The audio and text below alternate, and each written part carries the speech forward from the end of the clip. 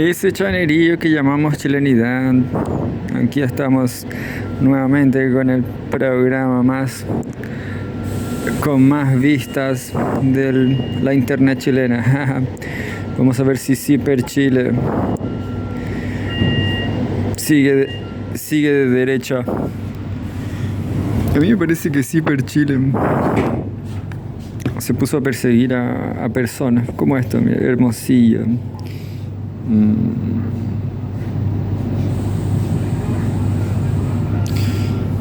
Chats de Hermosillo.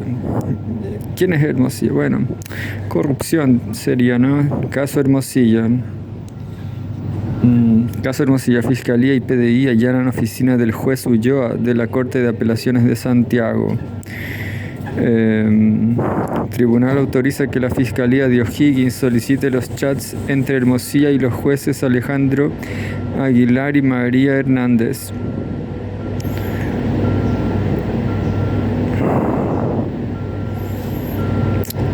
Bueno, muchas cosas sobre Hermosilla y chat de juez Ulloa y Hermosilla para nombramientos judiciales.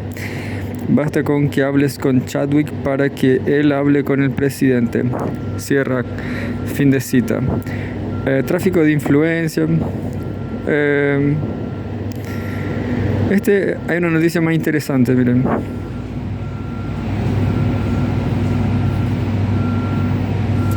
Una noticia que dice: curva de aprendizaje y sobrevivencia, los 3 años de Boric. Esto fue hoy día, 26 del 3, por Marcelo Mella Polanco.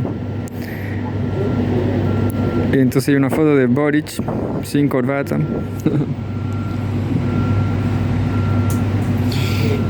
El autor de esta columna escrita para Ciper analiza las dificultades que ha tenido este gobierno y los anteriores, se refiere a Piñera, claro, para su gestión política.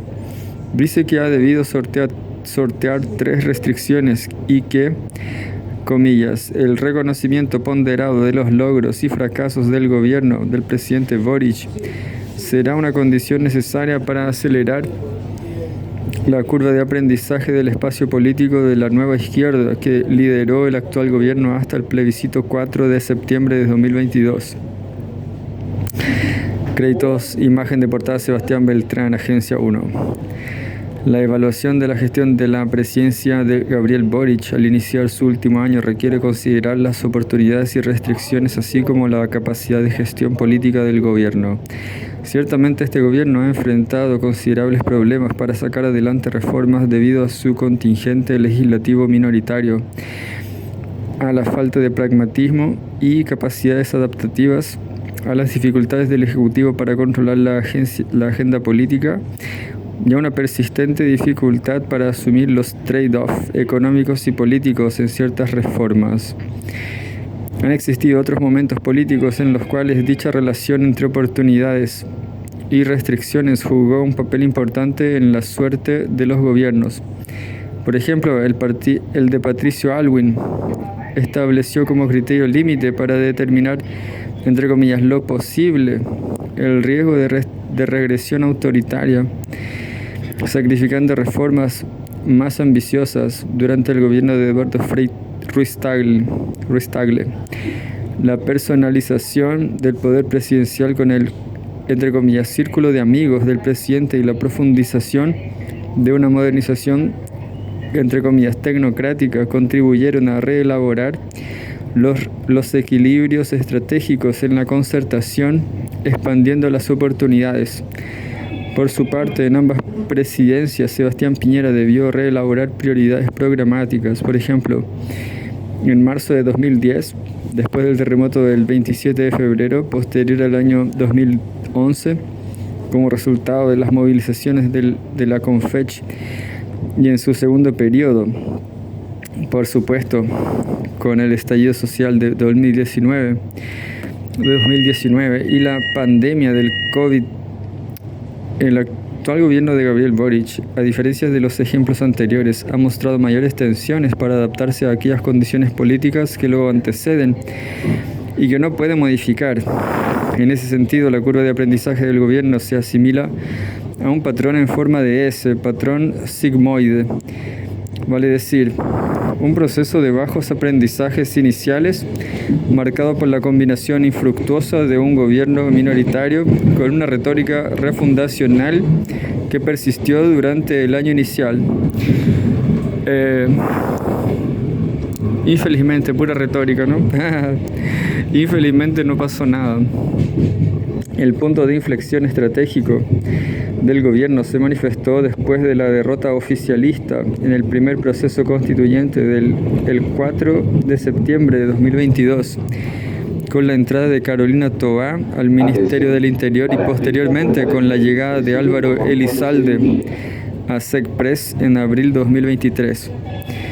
A este desplazamiento le sigue un aumento de las competencias en el gobierno y mayor capacidad adaptativa reflejada en la cuenta pública del presidente Boric en junio de 2023, donde reconoció errores estratégicos anteriores como no impulsar mayor diálogo en la Convención Constitucional y no fortalecer la colaboración con actores fuera del oficialismo.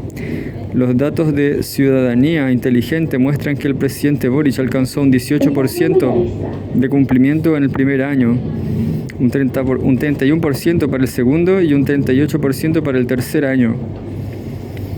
Esta trayectoria confirma una mejora en la gestión legislativa del gobierno desde el segundo año, al tiempo que se incrementa el ruido interno entre las distintas almas del oficialismo. No obstante, explicar el deterioro de la efectividad gubernamental en Chile como un problema exclusivo en la tomada de decisiones del actual gobierno, sin considerar las restricciones institucionales, constituye otra manifestación de autoengaño de la clase política y también una señal de instrumentalización electoral de problemas estructurales. Si los actores que gobernaron el país durante los últimos 30 años sufrían el autoengaño de creer que todo estaba bien, los grupos políticos emergentes con apruebo dignidad sufrieron el autoengaño de creer que nada estaba bien y que se trataba de un asunto de voluntad y convicciones. Actualmente la ilusión consiste en creer que todo lo que está mal de la democracia chilena se puede explicar por errores del actual gobierno. Existe, sin embargo, un problema subyacente en el sistema político que genera condiciones que dificultan las relaciones ejecutivo-legislativo, así como la gobernanza de los diferentes bloques políticos.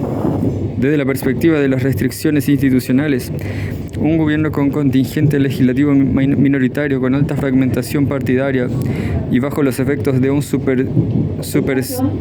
superciclo electoral, debe funcionar bajo condiciones externas que aumentan los costos de los acuerdos, limitando la efectividad legislativa.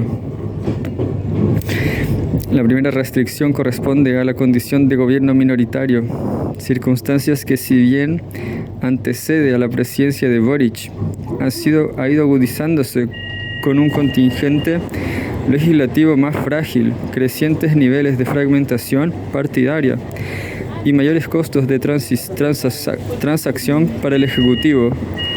Si en 1990 Patricio Aylwin asume el gobierno controlando su partido el 23% de la Cámara de Diputados y el conjunto de la concertación el 58% de los escaños, en 2022 Gabriel Boric asumió con un 13% los escaños para su partido, el Frente Amplio, 24% para el Apruebo Dignidad y 48% sumando a los partidos de socialismo democrático, incorporar a los partidos de centro izquierda al gabinete PPD y PS, al comité político, y aunque permitió mejorar el contingente legislativo del gobierno desde 13 al 48% de diputados, aumentó el riesgo de inconsistencia programática dentro del oficialismo frente al debate por la orientación de las reformas.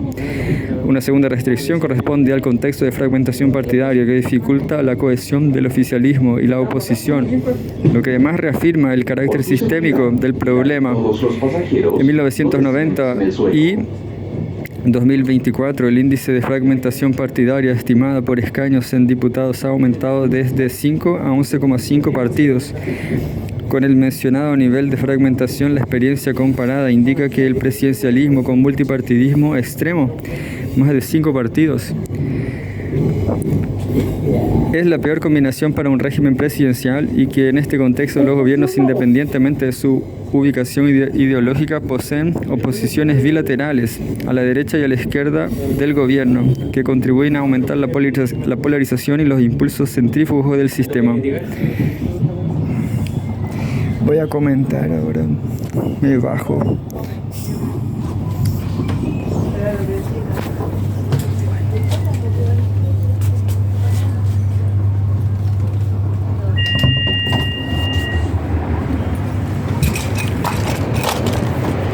Infelizmente Boris no... Infelizmente era solo retórica. Solo retórica. Y como dice el texto, la verdad el texto está en castellano, castellano chileno institucionalista, ¿no?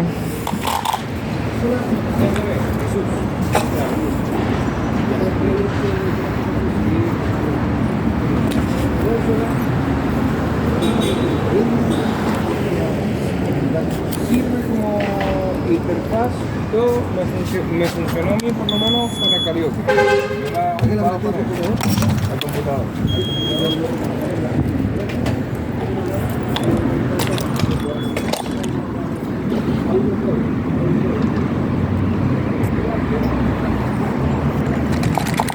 Entonces, este castellano chileno no sirve para nada, sirve solo para estos índices es como si fuera la mercantilización de la política, de la retórica política. Ciber Chile, no sé. Ciencia política. Esto debe ser una ciencia política de Chile, ¿no? Una ciencia política del mercado.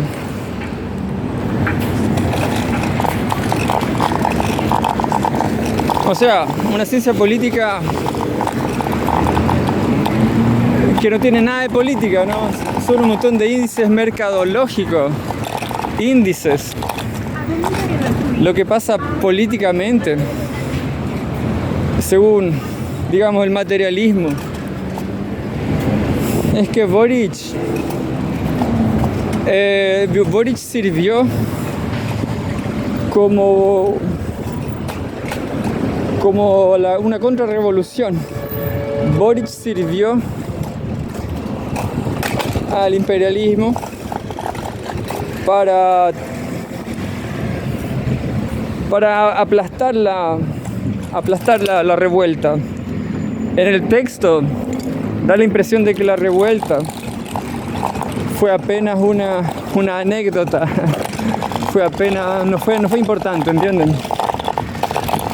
Pero la cuestión es que Ciper Chile, Boric, la mercadología política, este tipo de idioma del mercado, un idioma eficiente, con índices mercadológicos, mantiene al pueblo en la miseria.